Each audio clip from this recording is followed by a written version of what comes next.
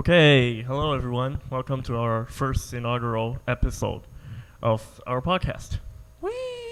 And we don't yet have a name. We don't yet have a name for this podcast. And we'll see how things go.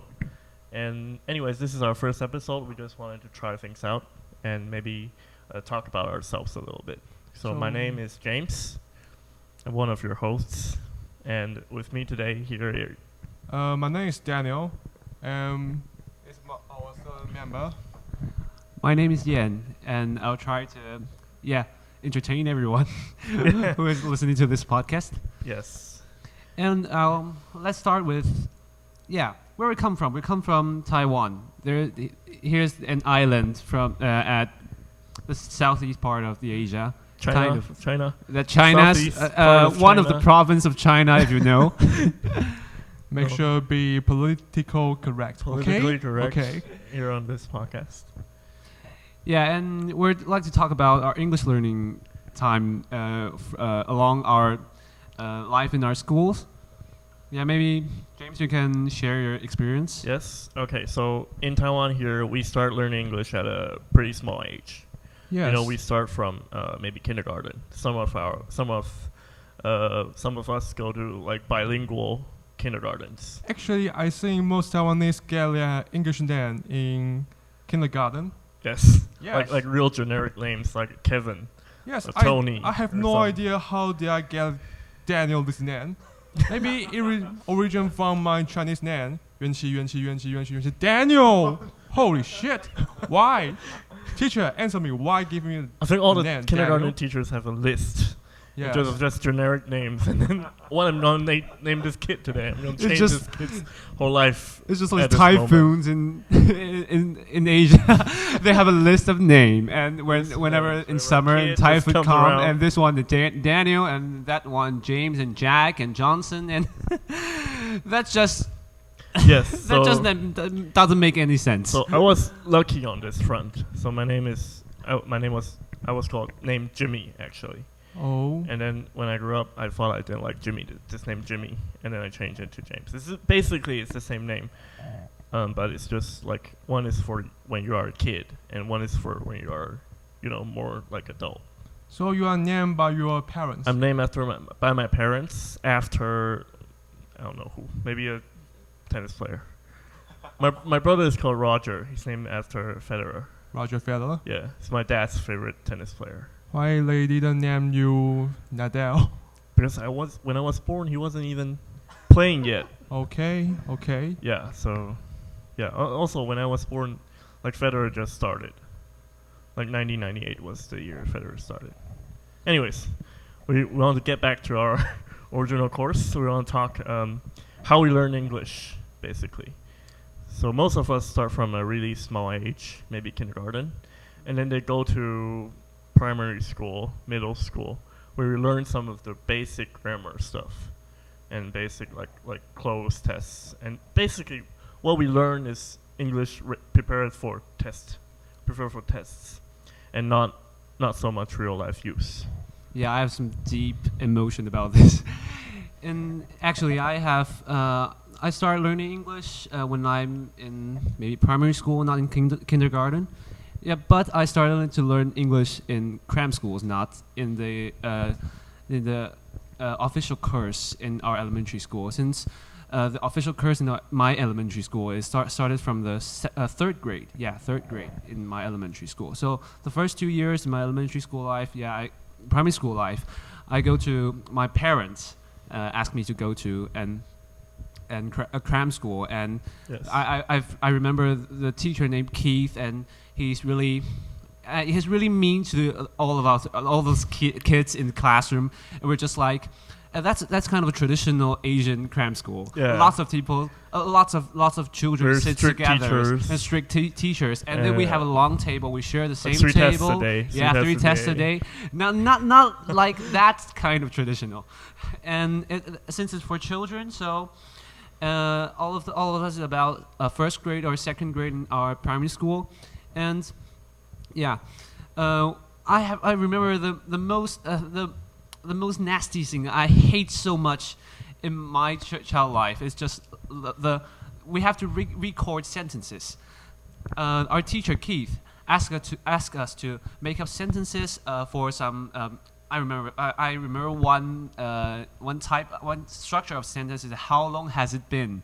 It's just like how long has it been, and something else, and we have to make up like a list of 30 sentences starting with how long have you been. So I have to before I get to bed, I have to take my note paper and write how long have I been to the zoo, how long have I been to the aquarium after and I make 30 sentences. That doesn't make any sense, and I have to make 30 sentences and try to speak them out one by one and record in the tape.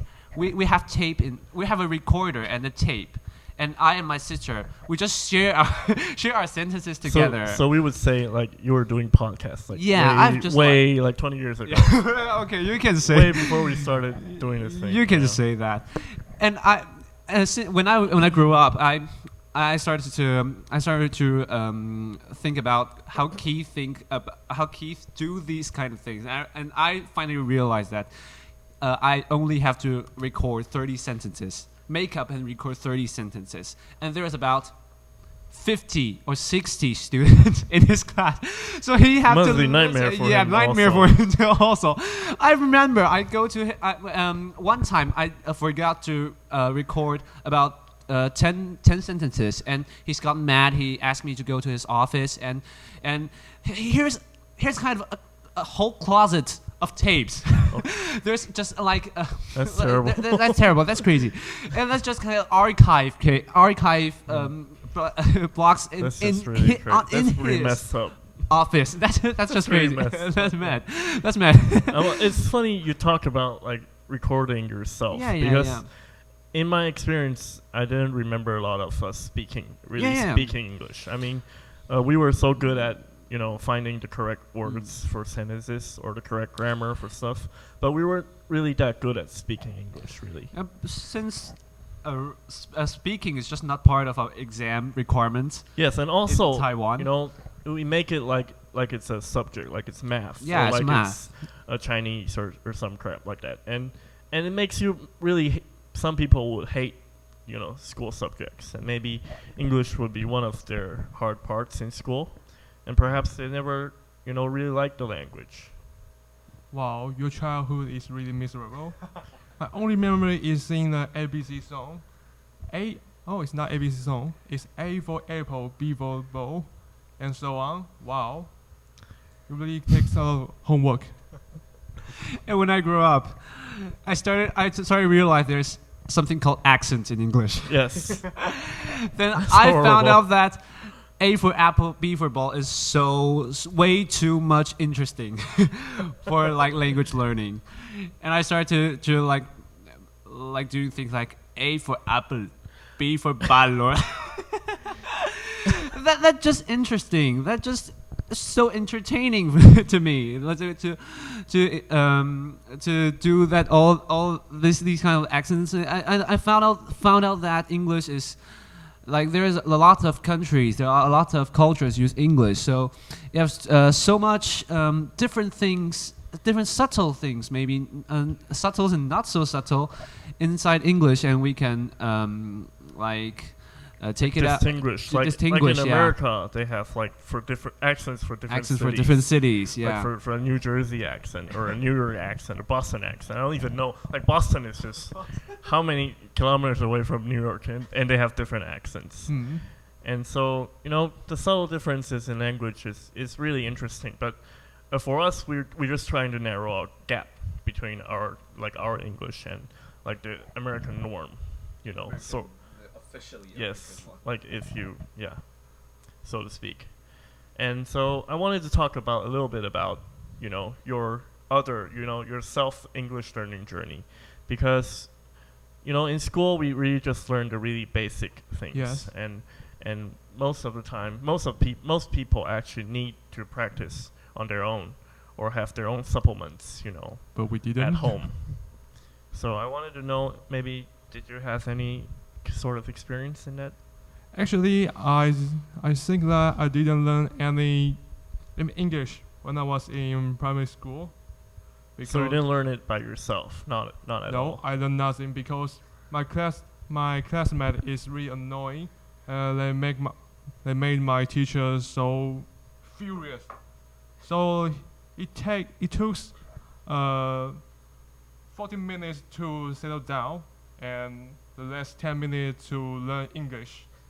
So Then how do you bridge the gap between like middle school English and perhaps for tests for university actually, grade level English? I think there's another gap between junior high school level and primary school. Yes. I think I started learning English from in junior high school, mostly grammar and some basic rule of English. And what about you? I think like for me personally, my mom spoke English to me like when I was very little. Yeah, that's just I And can't imagine what kind of yes. thing. My mom And, you speak know, Taiwanese to me. Yeah, because my mom is not natively Taiwanese, so she spoke English to me like she spoke English better than Mandarin, like like Taiwanese Mandarin. So I mean that must be different for me. So I was in that environment since very little, and I also at our house we watched Discovery channels, BBC, since I was a child. So I was immersed in that English environment, but so it was really natural for me. Yeah, I think immersive is just kind of a big factor of language learning, I think. And I remember that when I was in high school, and my English teacher is just another strict teacher. But that's in school. And she asked us to use all English in our English course in my high school, and all third year of my high school. So, yeah, at first, lots of my classmates cannot get into that circumstances, and they just feel like it's crazy. What's the teacher talking? Blah blah blah blah blah blah blah blah blah blah blah blah blah and blah blah. And they're just mad at that teacher. And after class in the break time, they're just complaining about how she is so just kind of not so kind for our students. But after there's about 2 and 3 years, we started to, we got familiar in this kind of environment, and about all of my classmates can start to even ask questions or try to have a little talk with my teacher in English, and some of them cannot just organize a sentence when they get into high school, English sentence when they get into high school. So I think that's having that environment, it really helped my classmates and I to have better listening or speaking skills and more important about the familiarity to English in that kind of environment. I think your English teacher is really hardworking, and it's much better than my high school English teacher. My English teacher's name is Angie, and he's a woman. Yes. Yes, I think that's obvious. The way she taught us English is lead us to skim through the whole textbook. That's all. Yes. Actually, yes, only textbook. I think the key point of high school English learning is about vocabulary. Yes. And the student in my high school all have a A word vocabulary book. Yes. Like a We namely level. thesaurus of sorts. Yes. We have 6 level. If you master the level 6, that means you have the English level that can score high in SAT in Taiwan. yes, SAT, or even in TOEIC. Yes. Okay. So that's actually the problem right here. Yes. The level are based on test scores. Yes, we all. And if you really ask these students, these level 6 students, if we put them on the street in America, I bet they wouldn't survive. You know. Yes. I mean, like us when we meet like foreigners asking for road directions here, you know, in Taiwan, most of us just stutter in front of foreigners.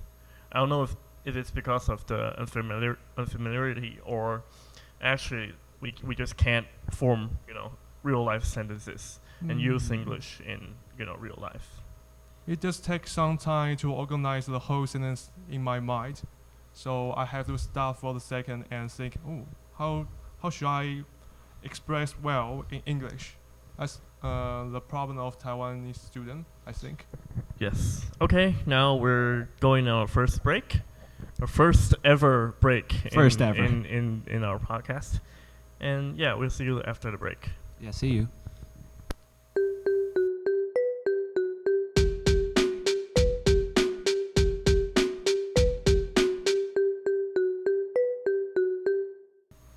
Okay, we're back from our break. First break ever. How was the break? Kind of anxious. Okay. Okay, we want to talk, you know, in this section, you know, we wanted to talk about our motivations for learning English after school. You know, now we are in college, and soon we will be faced with like real life work situations in English, and we wanted to know like what were your motivations, you know, in college. I remember when I was a freshman, the most challenging thing is trying to read English textbook. So my motivation may be I want to proficient in a subject, so I have to improve my English reading ability. Yes. And there are many reading material in English and like talk Just like thesis or like, you know, when you want to read like other people's articles, yes. academically, you must have a high level of English understanding. Yes. Yeah.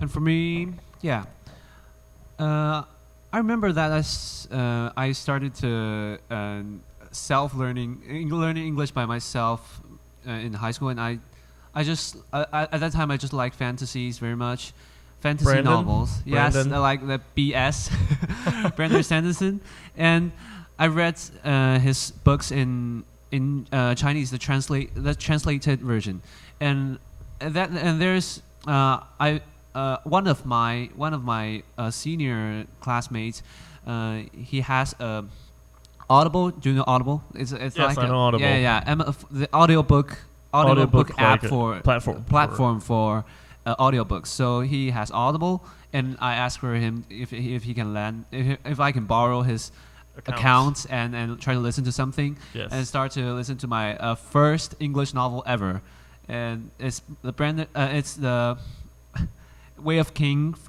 of Brendan Sanderson, The Way of Kings, and that's just entertains me very much. I have a really great time listening to audiobooks, and I have to commute to my high school when I'm when at that time. And it's about 40 minutes commuting time. So at that 40 minutes, I listened to audiobooks, and I found out that, that's a lot of resources and plenty of supplements in English outside of our school courses. So, and then I started to watch YouTube channels or other audiobooks. Yeah, and I found that just, that's continues till now. So, I think that's mine. Okay, for me, you know, I was a little bit different. I didn't have problem reading textbooks. Don't hate me on that, but you know, that reading wasn't really a problem for me, you know, or understanding English per se. But for me, it's really just speaking English and using it in real life is something that I find myself struggling with the most. Mm-hmm. So like you, I actually really like listening to English, like not audiobooks, but I listen to podcasts myself, and also I watch a lot of YouTube videos. Yes. And I think since we are the top-notch college student in Taiwan, I think we have the obligation to show our good English when we communicate with foreigner. Yes. I don't want to stammer when I speaking, and it's also one of my motivation. Yes, so I also started working at our school library, taking like English tours, taking, foreigners around our school campus or our library.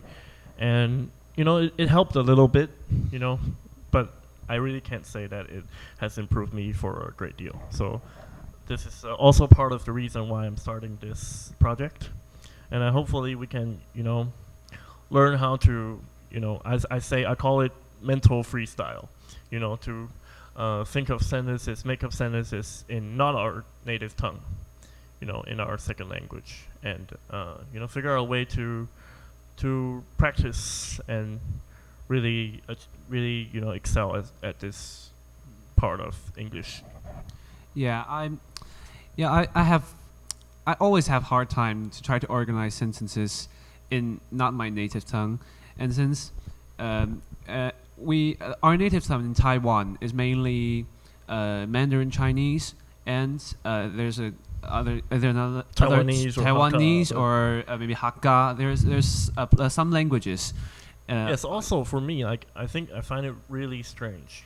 Perhaps it's the whole language paradigm thing. Yeah. It's so different between Chinese and English. But when we switch from maybe Chinese to, for me it's Cantonese, for you Taiwanese, maybe you don't have this big of a problem switching. Yeah, that's really the one big thing for language learners and for one who wants to improve their language skills.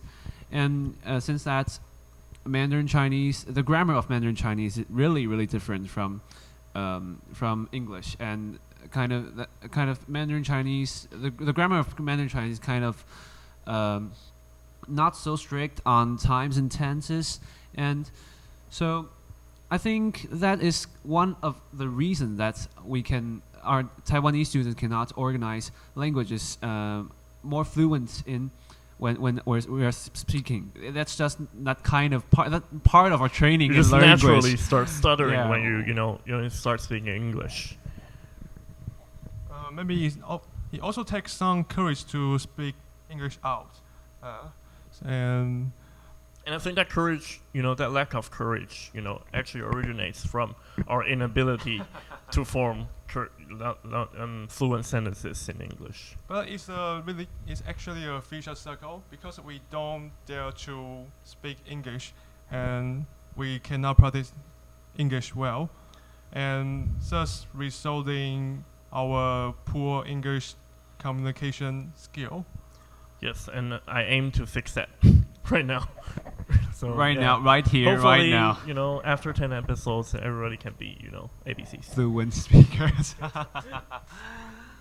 And when talking about the structures or different grammar kind of properties in our languages, since I can speak Japanese, and I learned Japanese by myself, so that's kind of the second foreign language for me, and in the process of learning these two, English and Japanese, two languages, I found out that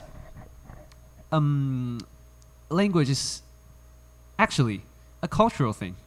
It's not just about speaking or using this kind of language. It's not about speaking this language. It's about using this language. The contents and the environments you're using, and who you are speaking to, and what kind of media you're using is just the most important things about language learning or language. The whole thing of language is just communication. Yeah. Yeah. So in your Japanese, do you speak Japanese fluently? Not kind of that fluent, but it's able for me to form conversations with And Japanese. do you find similarities between your English forming sentences in English and forming sentences in Japanese? You say forming figure out how Yes, that sentence because could that's really interesting for me. It's like the real-time conversations The real between time, these two the real languages, time because part. these both languages are both your second language. Yeah, And I wanted to know what are the differences, what are the similarities?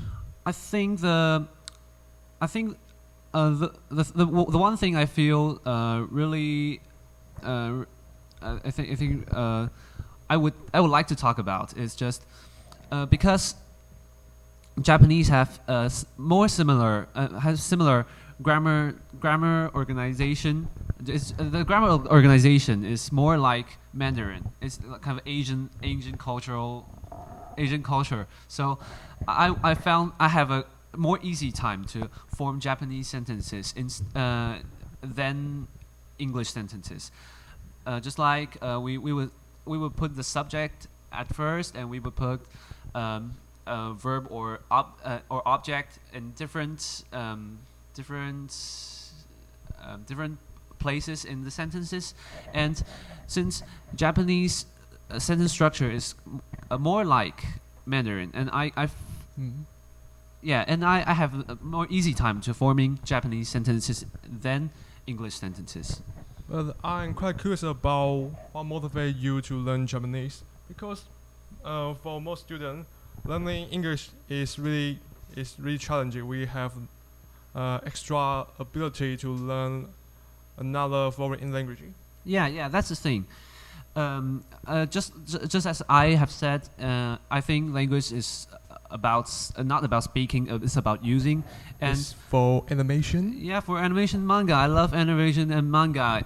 I read and watch a lot in my junior or senior high school life. So, yeah, that's kind of very. It's kind of for a really big motivation for me to learn Japanese. And if I have Japanese skills, I can follow the latest volume of manga or latest volume of an anime. And yeah, that feels really great. And that motivates me and continues to motivate me in the course of my Japanese learning. Yeah. Do you have similar experience for you? I really like learning languages. I find it's very fun. But I really just I want to focus still on English, on becoming becoming really fluent in English, so I learned German a little bit of Danish, both fun, but I feel like it's too much of a paradigm shift for me, and I feel like it would be really hard for me to really master that. I think I could understand the road signs. I could order from a menu there maybe, but to use it daily maybe would still be a really big challenge for me. It's kind of different level. There are different levels in language learning, but not kind of exam levels. It's kind of how can you use this language? Yes, I've seen YouTube videos of YouTubers trying to learn 5-6 languages at a time, and the way he learns it is he goes to supermarkets, and then he speaks to the people from the native tongue. And I think that's really interesting, how we learn English compared to how we learn a foreign language compared to how foreigners actually learn a foreign language. I think they focus more on daily use, while we focus on maybe the grammar structure or the more technical side of things. I don't really have the interest in learning the second foreign language, because in my opinion, if I can use this language frequently, in the end I will definitely forget the grammar and the vocabulary of the language.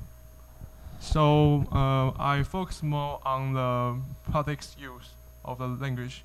For me, Chinese and English are used most frequently and most broadly. So they are my key language to master. I just kind of found out that there's kind of a meta structure inside our brain when we learn our native language.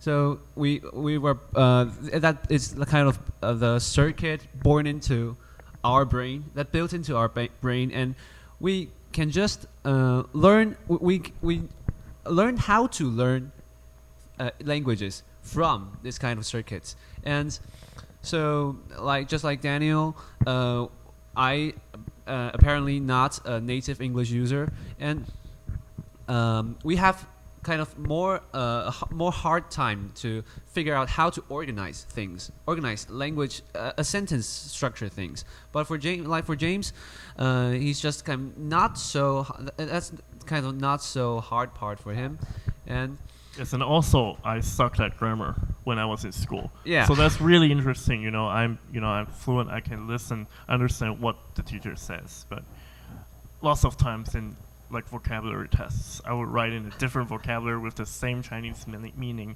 and then they would count as wrong.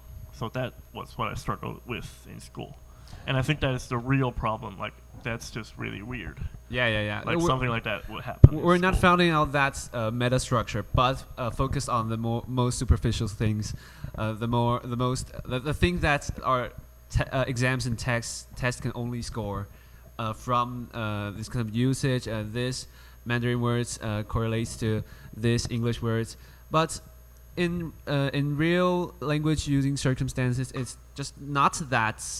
It's not that one-to-one thing. It's about it's like a network, Yes.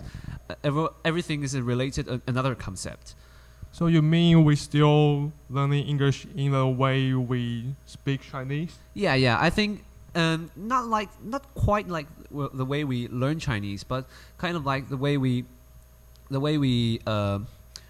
understand things, but not just learning, but understanding the meaning behind these words, these paragraphs, these sentences. How we figure out what the real meanings for in the ink printed on the paper or something. Yeah. So I think that's we would like to talk about in this period of time, and let's go to another break, and we will see you soon.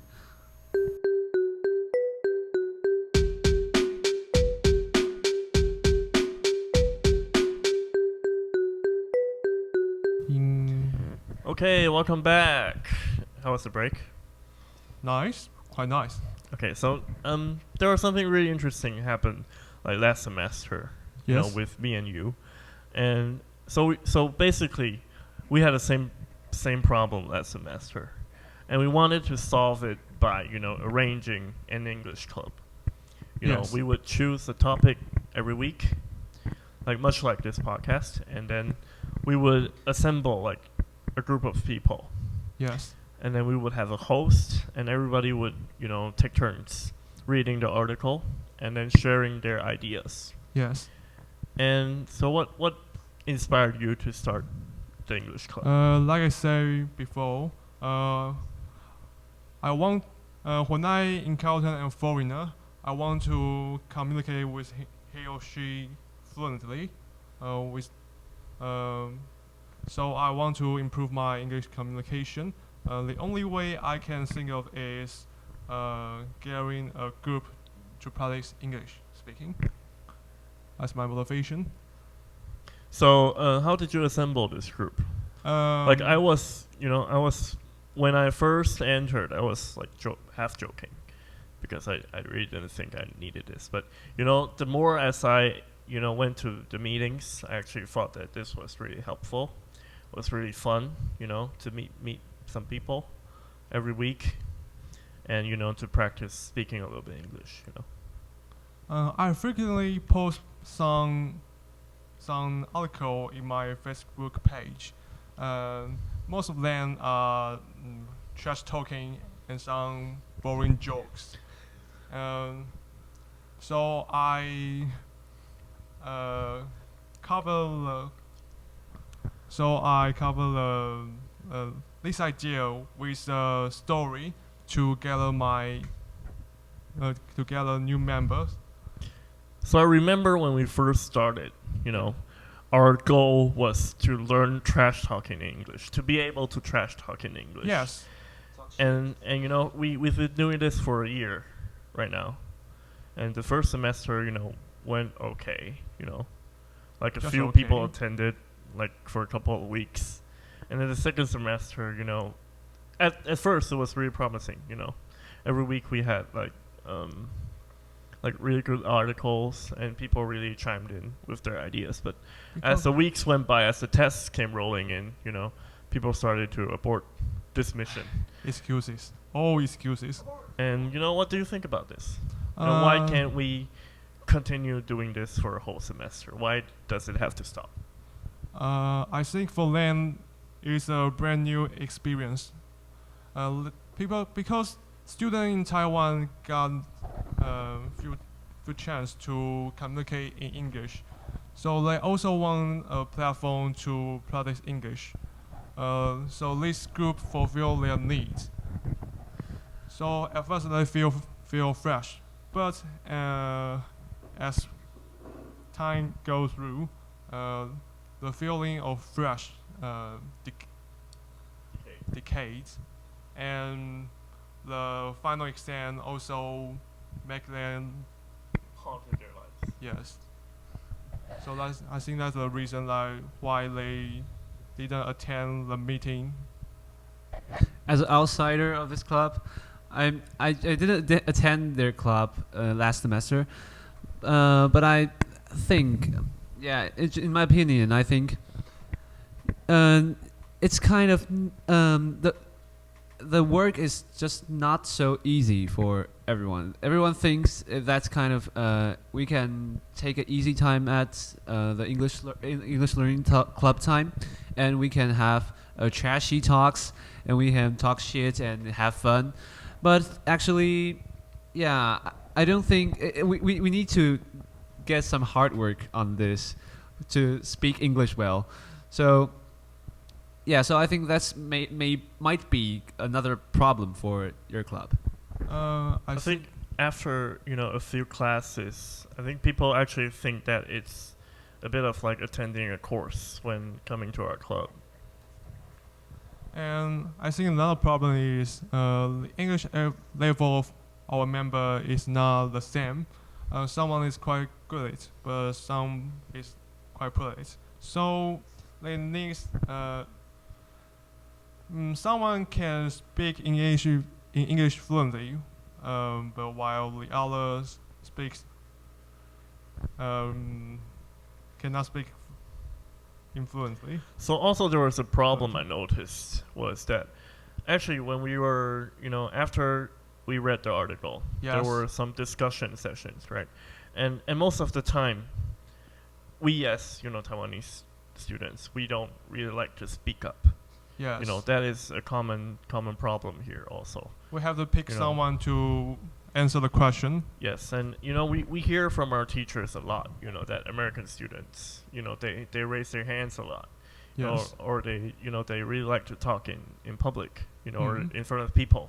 And I really noticed that, so I went on vacation on cruise in Japan this summer, and actually there were a lot of Europeans or Americans, and they were really eager to make friends, and also really eager to attend the activities on the ship, and weren't afraid really to talk loudly about their opinions. And so this question really intrigued me, like what is the difference between like our culture and their culture? Is this a really cultural thing, or is this an education thing? Can this be fixed? I think the key point is we don't want to make mistake. We care about our grammar and vocabulary very much. So we have to organize the correct sentence in our minds, then we speak it out. That's also my problem. Yes, I think that's a really interesting point. And also, like from my perspective, when I was thinking about this question, I was thinking maybe it's because, traditionally we were ruled by Western. The east part of the world actually were ruled by Western people a lot. And Americans tend to be really loud in like world politics or in the world stage. It's really, they are really out there. And when you look at Chinese people today, you can see that this is really a phenomenon. When your country is, powerful, maybe, then you maybe have worked up the confidence to, speak more loudly in public. it's an interesting point, but I think the culture is actually the key point. In Chinese, we tend to Yeah, there's something called Confucius. Yeah, there's kind of a cultural tradition in Chinese society, and we we don't want to compete with other. We tend to let other go first and take a chance. I think. But you look at Chinese people today. I mean, it's really different. They really are speaking louder and louder. And do you think it's because of the communist rule? I don't think so. I think it's maybe it's a country power thing. I think, yeah, but I think that's more.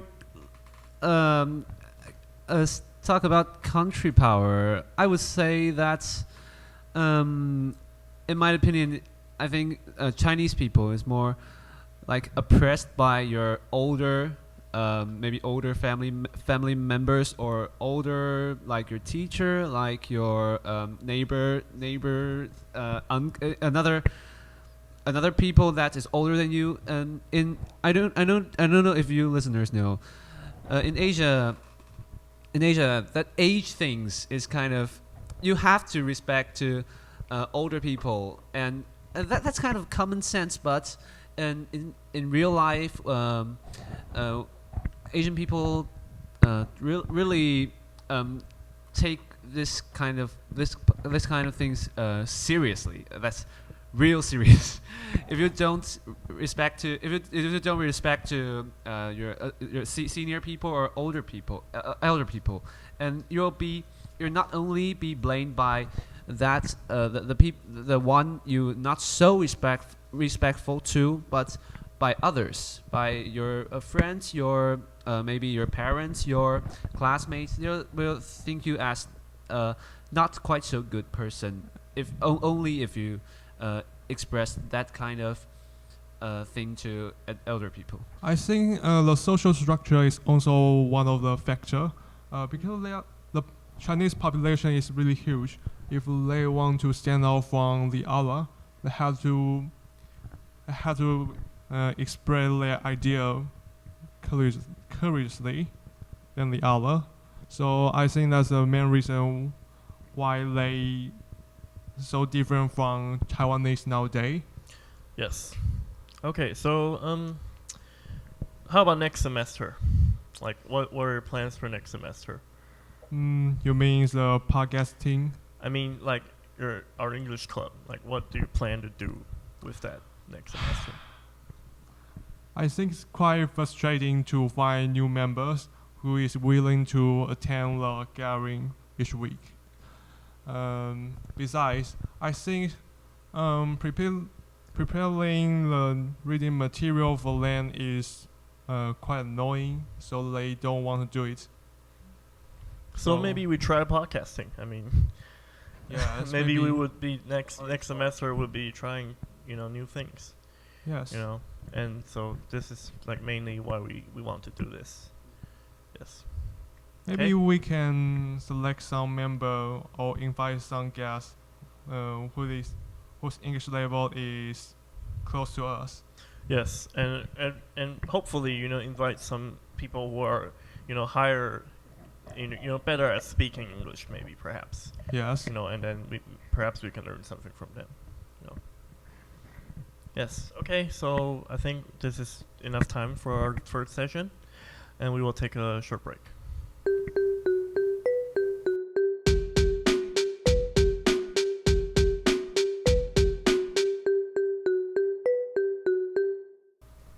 Okay, welcome back. Now we were talking about our feeling about our first episode. Yeah. So how was your feeling for this first episode? For me, it went better than I thought. Yes. Originally I thought that I might pause frequently when I was speaking, but it went quite well in this episode. I was worried that we wouldn't hit the 30 minutes mark. I was afraid that we were going to just stutter and then we'll just stay there, for the rest of the episode. But it turned out fairly well, and I think we had more to say than we had originally thought. And then I think that to speak English instantly is a really good practice. Yes. And hopefully we can do this every week. But sometimes I cannot think of the proper topic to discuss. It's to focus. And our topic usually diverge to too broad. Yes, I think this is a big problem, but it's fixable. It's not like the end of the world. At least we know this format is actually doable, and with some tweaks, maybe this can be a consistent show, and perhaps help people practice English. Yes. Yeah, I felt so excited when we're talking about going to start this podcast, and yeah, that's quite an exciting challenge. Yeah. For Also, us. it's really new. It's something really new for us Taiwanese. For us, we really don't listen to too much podcasts. But yeah, I think it's a really interesting concept. Yeah, and okay, about wrapping up this whole episode, and I think I figured out that I just cannot. I don't have enough shitty words to to put Like into filling words. Yeah, Yeah. filling words to fill into the spaces when I'm thinking about what I'm going to talk, what I'm going to say for the next topic, or to focus on, or to maybe reorganize my ideas and controlling our flow together. And that again is thanks to our education. Yeah. Thanks very much to our teachers who focus more on tests than speaking. Yeah, then maybe. But we are all part of the problem. Yeah, so that's no one is. Hopefully we can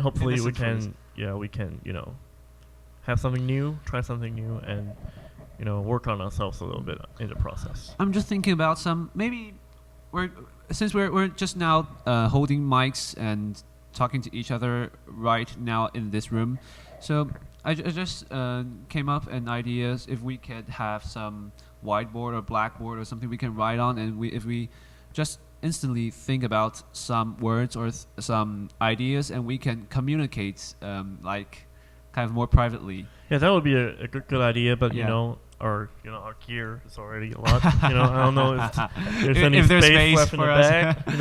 With the mic stands and shit. That's just quite like this island. There are too many people, and we're just stuck in here.